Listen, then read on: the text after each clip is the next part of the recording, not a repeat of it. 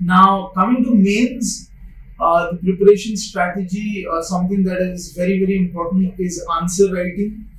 And to write good answers, you need short notes in your own words. That is the only way you can internalize concepts and write down answers within 7 to 8 minutes. Because the syllabus is so vast and so wide, right from our syllabus itself consists of almost every topic that is there. So that is also a benchmark for interlinking concepts. If you know the syllabus well, you can interlink concepts right from disaster management to constitutional provisions to economics to security aspects affecting our country, social, economic, political, environmental aspects, because the syllabus is that wide. So to understand, to internalize such a wide syllabus, it's essential that you make short notes about the various things that you're reading about in your own words. That is the only way you can reproduce that under that kind of pressure in the examination hall. So, and then apart from the short notes, of course, short notes can be augmented using online resources. The online world is very valuable these days. You need to use it very judiciously. The importance of some of these sites that have come up, because I would say just using online resources in a very balanced manner can help you make notes for all topics in the syllabus. I did depend on those online resources, and it does help a lot, but it has to be used very judiciously, because it's very easy to get lost. I mean, it's so much information. So if you can use it judiciously, it's wonderful. And another thing with respect to preparation for the mains is again giving a lot of tests.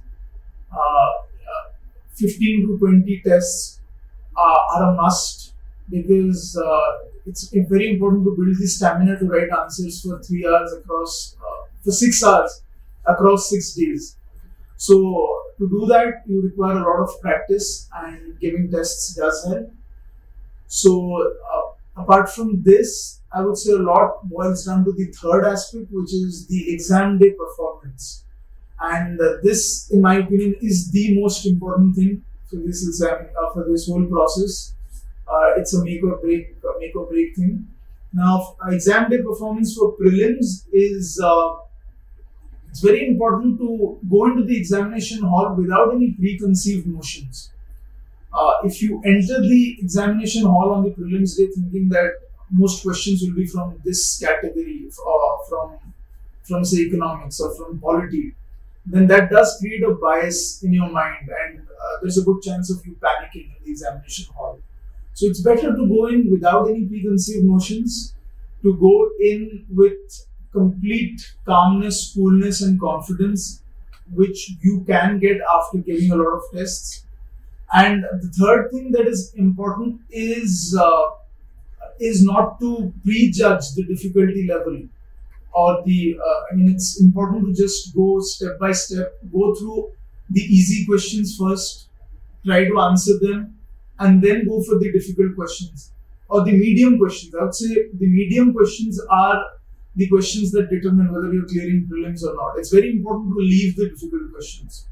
So if you're doing the 30-40 easy questions very well, no careless mistakes, and being very conscious of taking the right choice, and then with respect to the 25 to 30, I would say 30-35 medium questions. So that's about 40 plus 35, 75 questions. If you can get around 65 correct out of these 75, you will be through. Now if you can apply that strategy, that is very good. The medium questions, there will be cases where there is a 50-50 chance of it going right or it going wrong.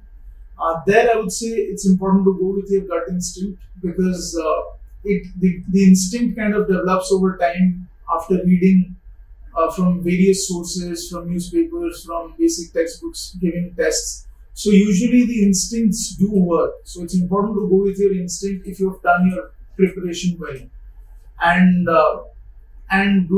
getting 70% of the medium questions right and all of the easy questions right, there's a good chance that you will sail through prelims. And of course, while giving the within those 2 hours, you will get to know which are the easy, medium, and difficult questions. But before going through all the questions, one should not prejudge the difficulty level, because that will create a bias in your mind, and you might not end up attempting too many questions, or you may end up answering too many questions. So both ways. Then again, it's the same thing. Doing past test papers will also help you on the examination day, because there are questions that are not exactly repeated, but some of the concepts are again asked. So doing last, I would say, 5 to 6 years past papers will give you the confidence on the day. And coming to the mains on the day exam performance, it's very important that you are absolutely physically and mentally agile on those 6 days, because one really has to push oneself to write for 6 hours, and then coming back home, and then again going back and writing for 6 hours. So those 6 days, it's important to be mentally and physically fit.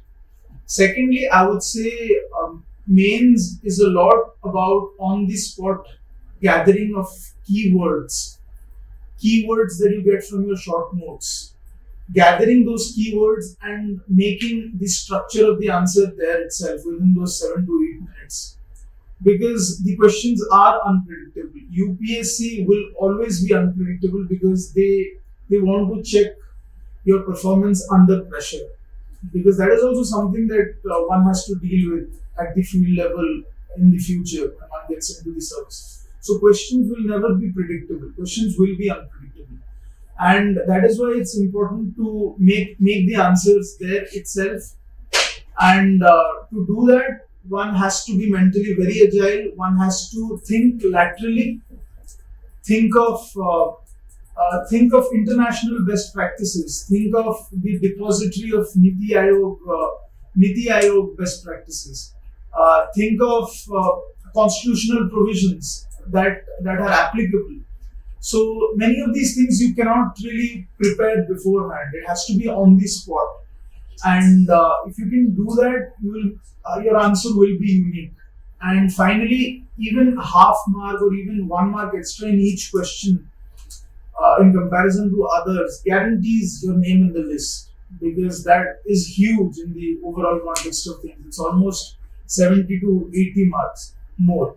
So that is the thing, even 1 mark more. And to do that, a good introduction, a very short and crisp introduction, writing a multidimensional answer, putting in international, national best practices, interlinking with other aspects of the syllabus, and then writing a conclusion which is positive and yet showing a way forward.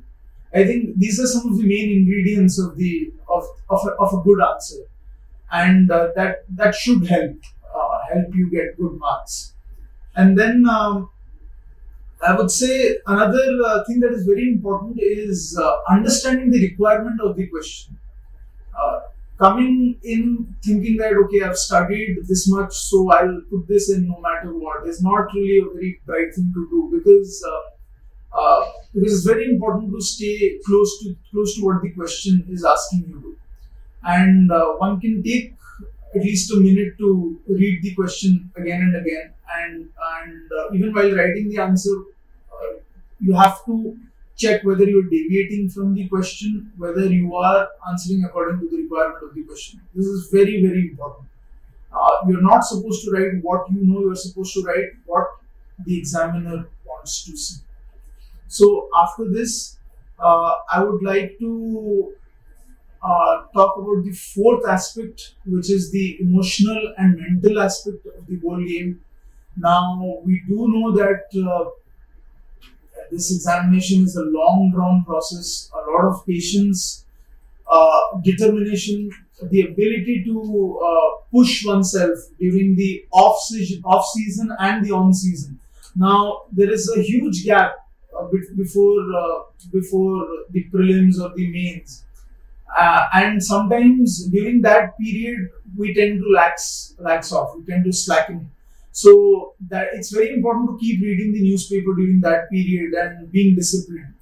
And at the same time, during the on-season period, which I like to call it, that is a week or 2 weeks before the exam, it becomes essential to push oneself to the limit. I mean, studying 12 to 14 hours during that period is very, very important, because that is when retention, revision, and your ability to interlink really occurs. So pushing yourself a week or 2 weeks before the prelims, and 2 to 3 weeks before the mains is essential, no matter how much you've studied beforehand.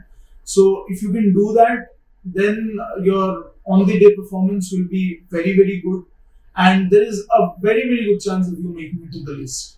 So apart from that, the importance of dealing with isolation, and because at one stage or the other you are alone, you are fighting yourself, and it's important to have some hobby.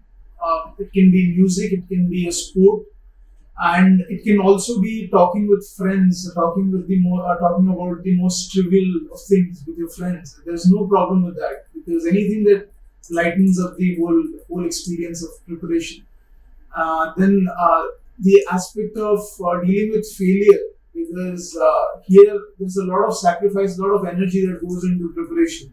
So it's very important to again come back up and try again, because that is the nature of the exam. No matter how much you prepare, how much you study, there's a good chance of you even not making it, because the odds are pretty low.